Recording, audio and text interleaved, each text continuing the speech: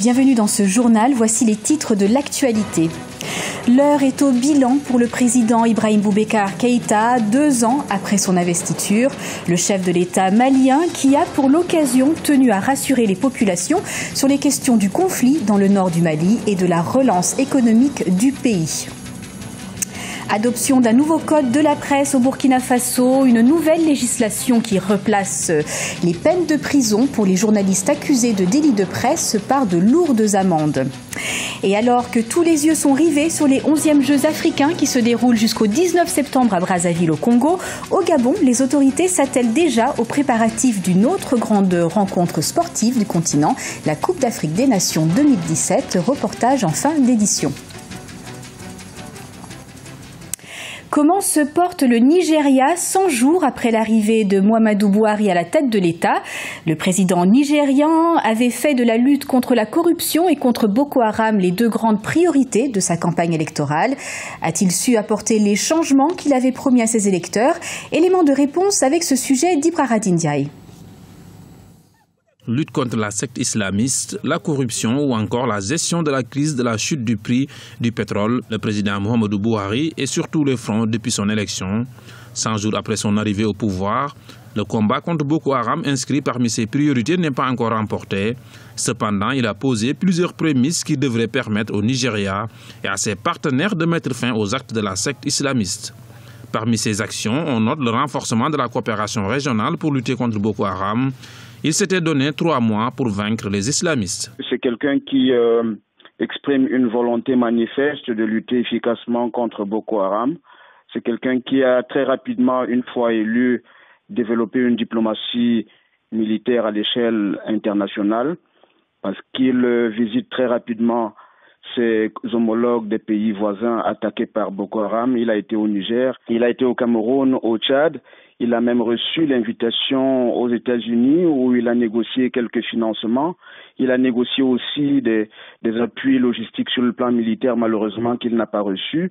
Ce sont des efforts qui sont sans doute méritoires. Malheureusement, sur le terrain, on voit que Boko Haram multiplie des attaques. Pour certains centres d'études, on évalue à plus de 1000 morts depuis que Buhari a pris le pouvoir et plus de 80 attaques terroristes. Dès sa prise de fonction, le chef de l'État nigérian a pris plusieurs mesures afin d'assainir le climat socio-économique du pays dans un contexte marqué par la chute vertigineuse du prix du baril de pétrole sur le marché international. Le président Muhammadu Buhari a tenté de faire dans un premier temps, c'est de prendre la mesure de la situation à la fois politique, économique, sociale du Nigeria. Des mesures ont été prises justement pour essayer de régler la question de la corruption. Il a pris de contact avec d'autres pays comme les États-Unis pour permettre au Nigeria de revenir dans le cadre des relations avec les États-Unis, dans les échanges économiques entre les 2 pays. Il a essayé de stabiliser par rapport à la région pour faciliter justement les échanges entre le Nigeria et les pays limitrophes, en tout cas au sein de la CEDEAO. Ces détracteurs pointent du doigt l'absence d'une politique économique clairement définie, d'autant plus que le pays n'a pas encore un ministre des Finances. Et l'heure est également au bilan pour le président malien 2 ans après son investiture. Ibrahim Boubacar Keïta, qui s'est exprimé à la presse pour l'occasion. Il a tenu lors de cette adresse à rassurer les Maliens quant à la question sécuritaire dans le nord du pays et à saluer les avances économiques effectuées par son gouvernement. Ibrahim Ndiaye. Le règlement du conflit dans le nord du Mali était l'une des priorités de son mandat.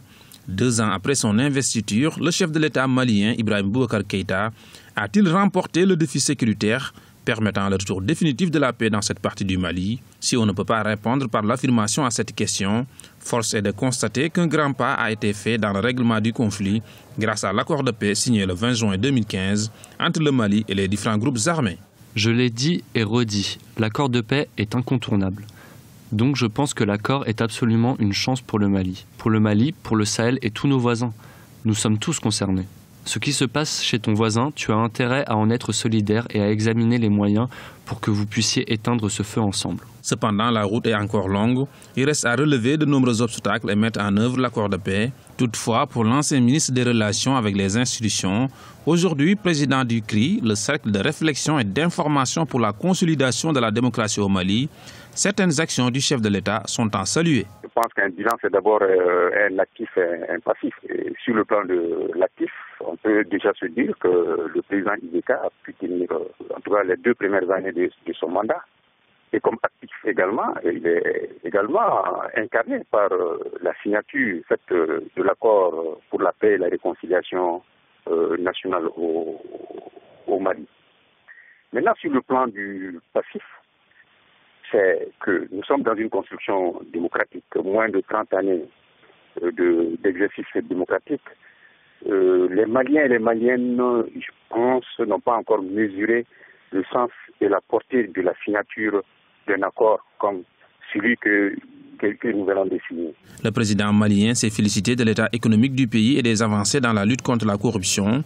Il a également salué les nombreuses initiatives de la jeunesse malienne.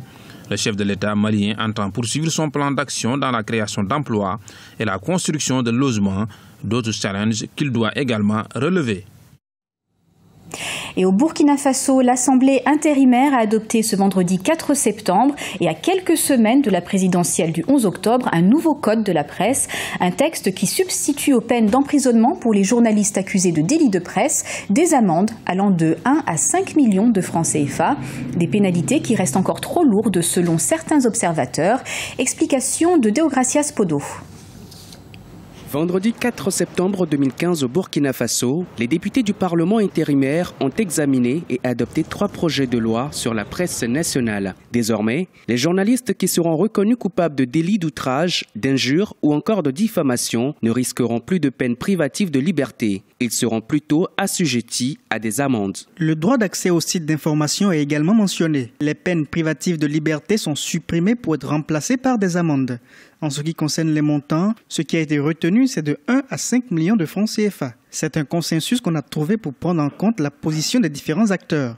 La première version de ce nouveau code de la presse avait pourtant prévu des amendes de 10 à 15 millions de francs CFA. En cas de récidive pour les délits d'outrage, d'injure et de diffamation, le texte avait prévu qu'il soit appliqué le double de la peine. Des dispositions qui divisent les associations de journalistes et d'organisations professionnelles des médias. Si certains manifestent un satisfecit, d'autres par contre estiment toujours que l'application de telles amendes constitue une entrave à la liberté de la presse burkinabé. Ce qui nous gêne fondamentalement par rapport à cette loi, c'est les peines d'amende. Nous pensons que c'est des cantons qui ne correspondent pas à la réalité économique de la presse burkinabé. Vous voyez le capital de la plupart des médias privés burkinabés, ça ne dépasse pas 1 million. Si pour une diffamation, vous demandez 5 millions et on vous dit encore à l'article 145, par exemple, de la presse écrite, qu'en cas de récidive, il faut payer le double.